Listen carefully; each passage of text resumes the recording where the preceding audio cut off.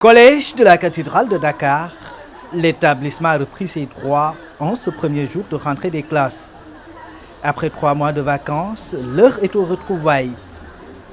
Dans la cour de l'école, à 11 heures passées, l'arrivée de l'hôte du jour sonne comme une délivrance.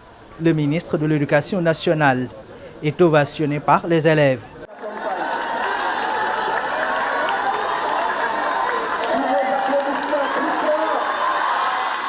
D'accueillir non seulement nos élèves et leurs parents, mais aussi Monsieur le ministre de l'Éducation nationale, dont la présence témoigne de l'importance que notre société accorde à l'éducation et à l'avenir de nos enfants. Exécution de l'hymne national, prière de l'aumônier du collège et message du ministre de l'Éducation nationale.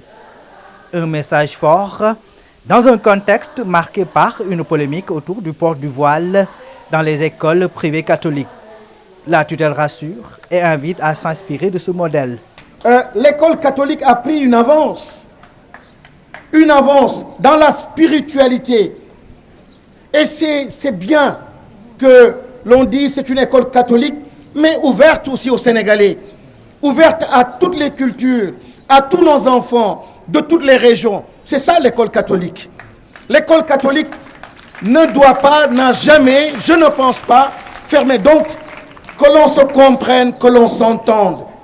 C'est aujourd'hui le lieu pour moi de venir au nom du chef du gouvernement, de dire nous soutenons ces écoles, nous soutenons votre parcours, nous vous accompagnons. Après le collège de la cathédrale, cap sur l'école primaire Ahmadou Mbacké ex-Kléber, un établissement qui existe depuis 1952. C'est à partir de 1965 qu'il a été scindé en deux pour abriter une école primaire et un cours d'enseignement moyen qui porte le nom de l'abbé Arsène Fridol. Ici, le Ubbitey, Djangtey est bien une réalité. Dernière étape de cette visite, le lycée Lamine Gueye. La rentrée est effective dans la plupart des établissements du pays. Bilan donc satisfaisant pour la tutelle. Nous avons connu une fin d'année très bonne, avec des examens et concours qui sont très bien passés. Là, alhamdoulilah, nous avons aussi une rentrée scolaire suffisamment bien réussie et nous continuons dans les prochains jours à accompagner certaines écoles dans certaines régions qui sont encore en difficulté. Voilà, donc globalement, ça s'est très bien passé. L'introduction de l'anglais dans le cycle primaire et les langues nationales va permettre, selon le ministre, une meilleure compréhension des matières scientifiques. L'anglais, c'est une effectivité, c'est une réalité. Donc au niveau préscolaire et élémentaire, les langues nationales aussi, nous sommes passés de 9 académies aujourd'hui à 13 académies. Donc 13 académies vont justement introduire les langues nationales.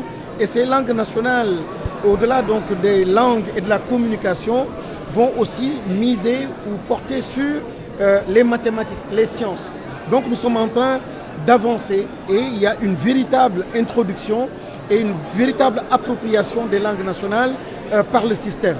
Et c'est encore une fois pas une question idéologique, mais une question de performance scolaire.